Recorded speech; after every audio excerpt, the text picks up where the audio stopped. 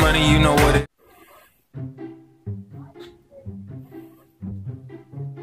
Ang kayo po? Okay lang, makablog tayo.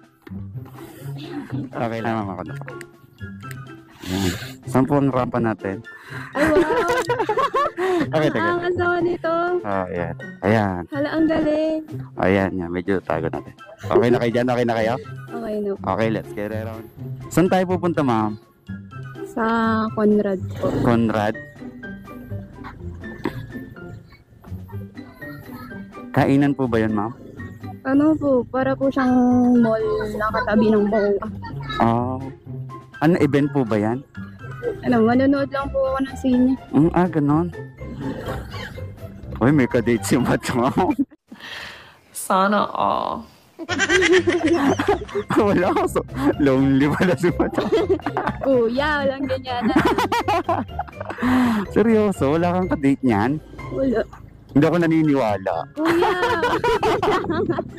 Ito, ang galing. Napapakinggan niyo ako? Oo, naririnig kita. Ako ba naririnig mo? Ay, rinig ko po kayo. Malinaw ako dyan? Yes. Ang angas. Hindi, kaya ko rin naman nilagyan ng ghetto para rin hindi boring yung biyahe. Kasi minsan meron pasahero, may sinasabi pala, hindi ko naman naririnig, nagsisigawan na kami. Mas okay na po yung ganyan para wala nang lingunan.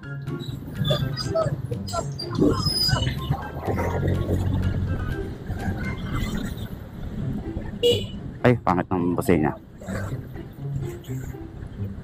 Yun. Asan po yung mic nito? Ay, yung yung para marinig ka. Para marinig? Yung parang...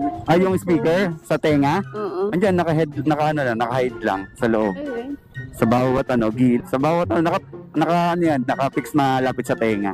oo. Malinaw na malinaw ba ako dyan, ma'am? Malinaw naman. Nice. Dapat lang, ang mahal ng setup ko eh.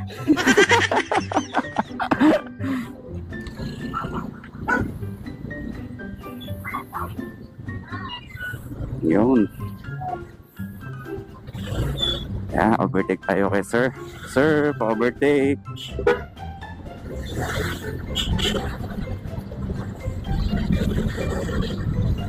Kuya, huwag mo ilalabas yung umiiyak pa ka. Baka sapalin ako ng magulang ko. Ay, hindi ko naman makikita. Hindi mo siguro aabot sa kanila yung video. Ba't nagbe-bake up? Nagbe-bake ka ba? Opo. Ito, nagbe-bake po yung anak niyo. Ayaw, di ba? Baka pauwiin ako na Abu Dhabi.